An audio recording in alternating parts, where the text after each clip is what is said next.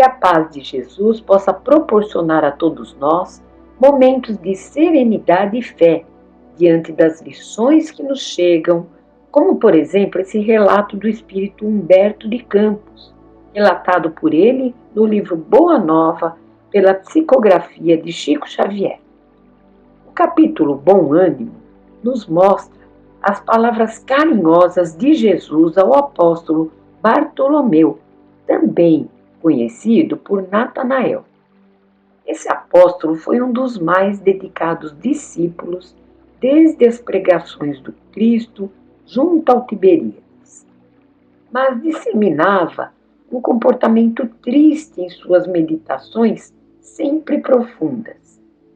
E continuando, o capítulo vai dizer: foi talvez por isso que uma noite, enquanto Simão Pedro e sua família se entregavam a inadiáveis afazeres domésticos, Jesus aproveitou alguns instantes para lhe falar mais demoradamente ao coração. Após uma interrogativa afetuosa e fraternal, Bartolomeu deixou falar-se o seu espírito sensível. Mestre, exclamou timidamente, não saberia nunca explicar-vos o porquê de minhas tristezas amargurosas. Só sei dizer que o vosso evangelho me enche de esperanças para o reino de luz que nos espera os corações além, nas alturas. Quando esclarecestes que o vosso reino não é desse mundo, experimentei uma nova coragem para atravessar as misérias do caminho na terra, pois aqui o selo do mal parece obscurecer as coisas mais puras. Por toda parte a vitória do crime, o jogo das ambições, a colheita dos desenganos. A voz do apóstolo se tornara quase abafada pelas lágrimas. Todavia, Jesus fitou-o brandamente e lhe falou com serenidade. A nossa doutrina, entretanto, é a do Evangelho ou da Boa Nova. E já viste, Bartolomeu, uma notícia não produzir alegria? Fazes bem conservando a tua esperança em face dos novos ensinamentos. Mas não quero senão acender o bom ânimo no espírito dos meus discípulos. Se já tive ocasião de ensinar que o meu reino ainda não é desse mundo, isso não quer dizer que eu desdenhe o trabalho de estendê-lo, um dia, aos corações que mourejam na terra. Achas, então, que eu teria vindo a esse mundo sem essa certeza confortadora? O Evangelho terá de florescer, primeiramente na alma das criaturas, antes de frutificar para o espírito dos povos. Mas venho de meu Pai, cheio de fortaleza e confiança, e a minha mensagem há de proporcionar grande júbilo a quantos a receberem de coração. Depois de uma pausa, em que o discípulo contemplava silencioso, o mestre continuou. A vida terrestre é uma estrada pedregosa que conduz aos braços amorosos de Deus. O trabalho é a marcha. A luta comum é a caminhada de cada dia. Os instantes deliciosos da manhã e as horas noturnas de serenidade são os pontos de repouso. Mas ouve-me bem, na atividade ou no descanso físico, a oportunidade de uma hora, de uma leve ação, de uma palavra humilde, é o convite de nosso Pai para que semeemos as bênçãos sacrossantas.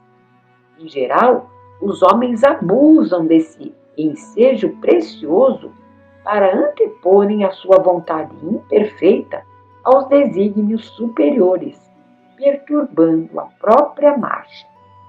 Daí resultam as mais ásperas jornadas obrigatórias para a retificação das faltas cometidas e muitas vezes infrutíferos labores. Em vista dessas razões, observamos que os viajores da Terra estão sempre desalentados.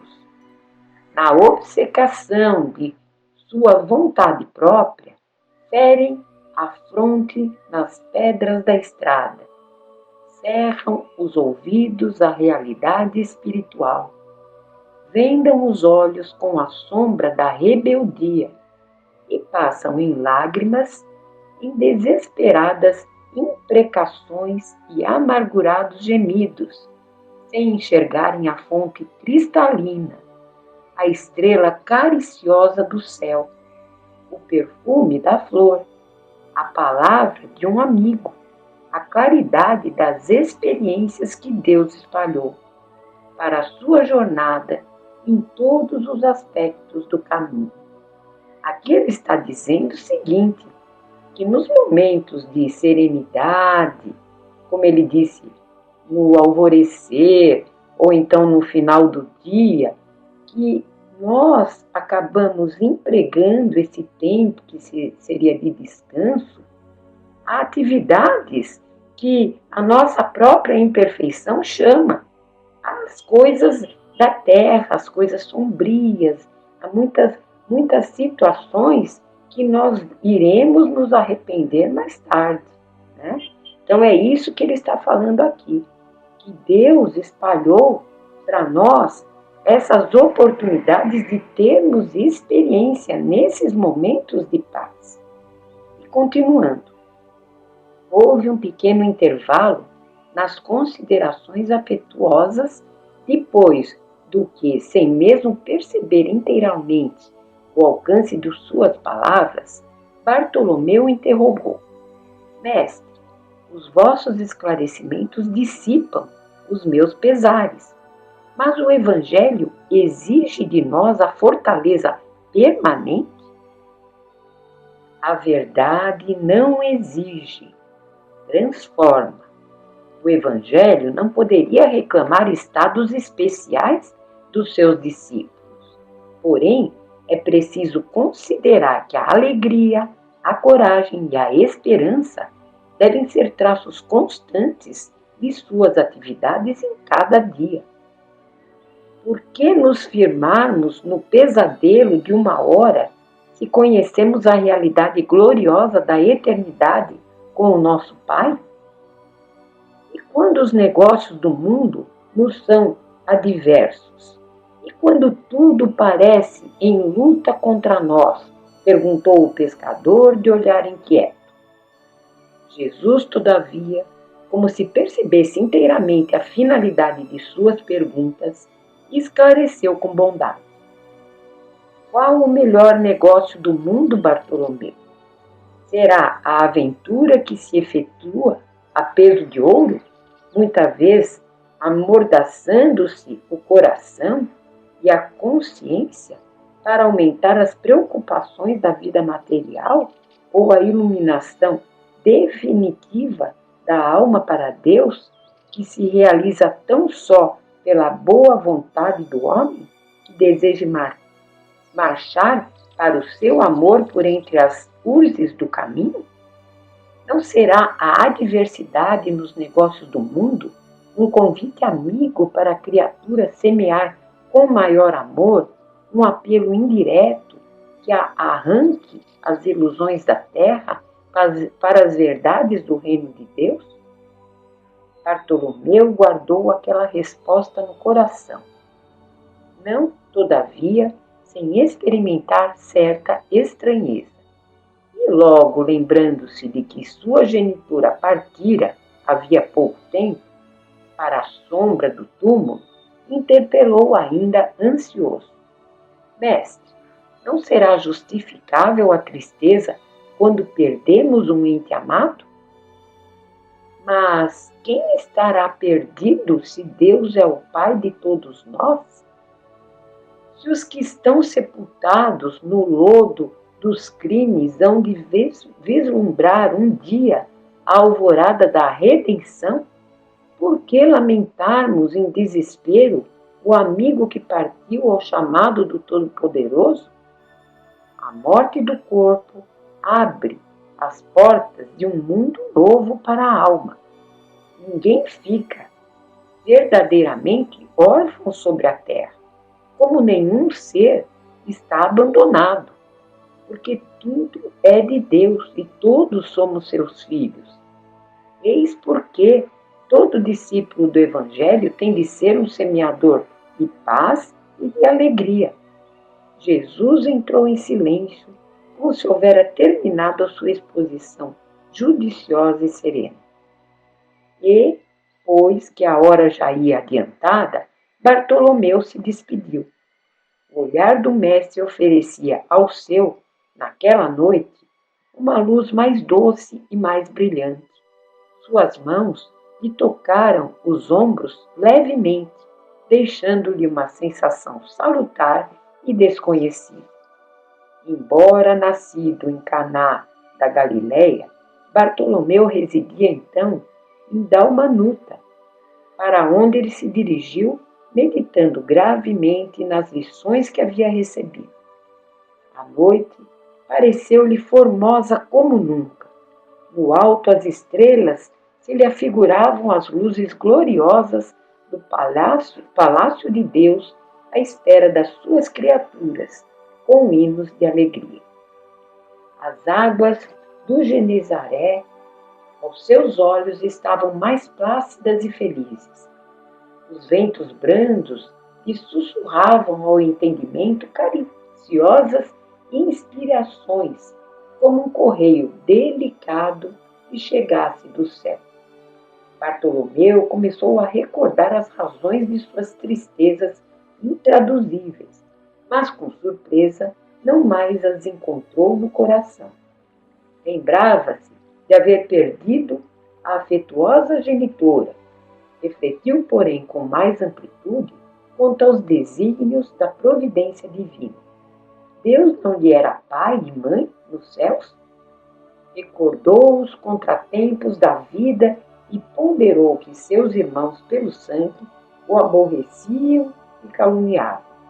Entretanto, Jesus não lhe era um irmão generoso e sincero?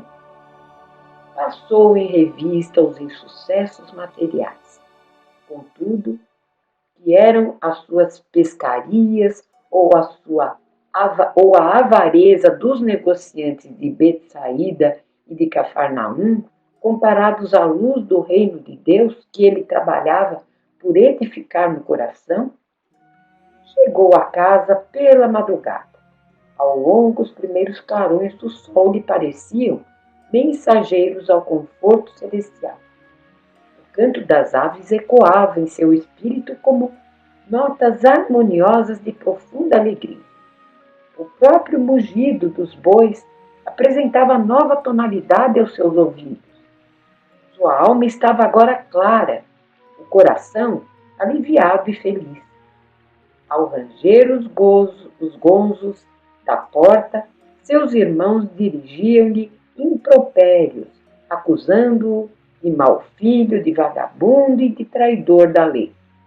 Bartolomeu, porém, recordou o Evangelho e sentiu que só ele tinha bastante alegria para dar aos seus irmãos. Em vez de reagir asperamente como de outras vezes, sorriu-lhes com a bondade das explicações amigas. Seu velho pai o acusou igualmente, escorraçando-o. O apóstolo, no entanto, achou natural. Seu pai não conhecia a Jesus e ele o conhecia. Não conseguindo esclarecê-los, guardou os bens do silêncio e achou-se na posse de uma alegria nova. Depois de repousar alguns momentos, tomou as suas redes velhas e demandou sua barca. Teve para todos os companheiros de serviço uma frase consoladora e amiga. O lago como que estava mais acolhedor e mais belo. Seus camaradas de trabalho mais dedicados e acessíveis. De tarde não questionou com os comerciantes, enchendo-lhes, aliás, o espírito de boas palavras e de atitudes cativantes e educativas. Bartolomeu havia convertido todos os desalentos num cântico de alegria, ao sopro regenerador dos ensinamentos do Cristo. Todos o observaram com admiração, exceto Jesus, que conhecia com júbilo a nova atitude mental do discípulo. E como nada é por acaso, Emmanuel, também pela psicografia de Chico Xavier, vai comentar no livro Fonte Viva esse ir e vir que nos alcança sempre a nossa vida material, a nossa vida do dia a dia, fazendo com que muitos de nós depositem na matéria os nossos ideais de felicidade. Vamos lá então a essa leitura. O capítulo do livro Fonte Viva, capítulo Refugia-te em Paz. Então, Emmanuel vai comentar a seguinte inscrição de Marcos. Havia muitos que iam e vinham e não tinham tempo para comer. O convite do Mestre para que os discípulos procurem lugar à parte a fim de repousarem a mente e o coração na prece é cada vez mais oportuno. Todas as estradas terrestres estão cheias dos que vão e vêm, atormentados pelos interesses imediatistas, sem encontrarem tempo para a recepção de alimento espiritual. Inúmeras pessoas atravessam a senda famintas de ouro e voltam carregadas de desilusões. Outras muitas correm às aventuras, sedentas de novidade emocional, e regressam com o tédio destruidor. Nunca houve no mundo tantos templos de pedra como agora, para as manifestações